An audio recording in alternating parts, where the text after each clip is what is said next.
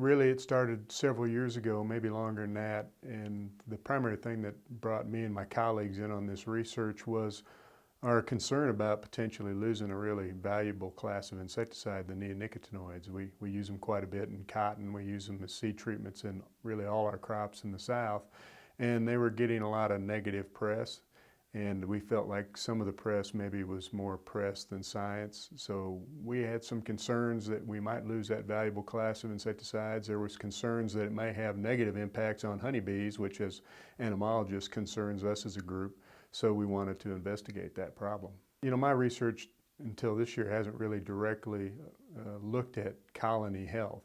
There's a lot of things that are implicated or influence colony health, and I think there's other people that could talk to that better than I could, but certainly a couple things right off the top are diseases and parasites of honeybees, such as the varroa mite, which is a very damaging mite parasite of the honeybee.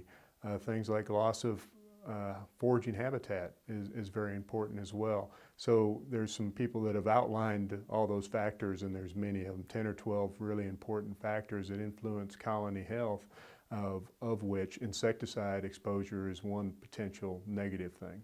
So we started out, at least in 2012, and when I say we, this is a multi-state effort, involves my counterparts in Arkansas and Mississippi.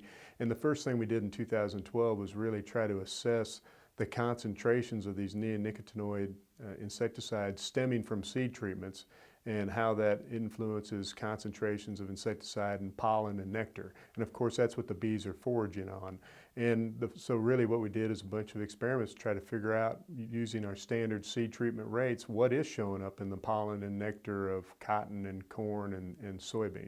We're doing some additional research. We're looking at how foliar applications might influence those concentrations, and we're starting to branch out and try to look at how these things might potentially affect, or the concentrations we're finding might affect bee health. I think a lot of this is about awareness, and we have to keep in mind it's not just a cotton problem or a soybean problem.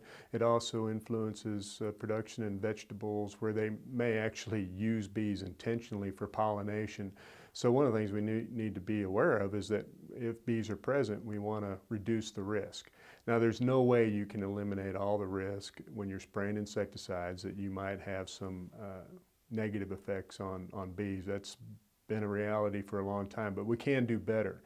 And one of the things we talk about is timing of applications, insecticide applications. If we're making foliar applications, we want to do it early in the morning, or preferably later in the afternoon or early evening hours, because bees typically are not foraging in crops nearly as actively at that time. Another thing is just for everybody to be aware that honeybees are around. Marking the hives, GPS locators, so that applicators and farmers and beekeepers are all aware where their hives are at and what's being sprayed. So it's really about communication and getting better communication channels between growers and beekeepers and pesticide applicators.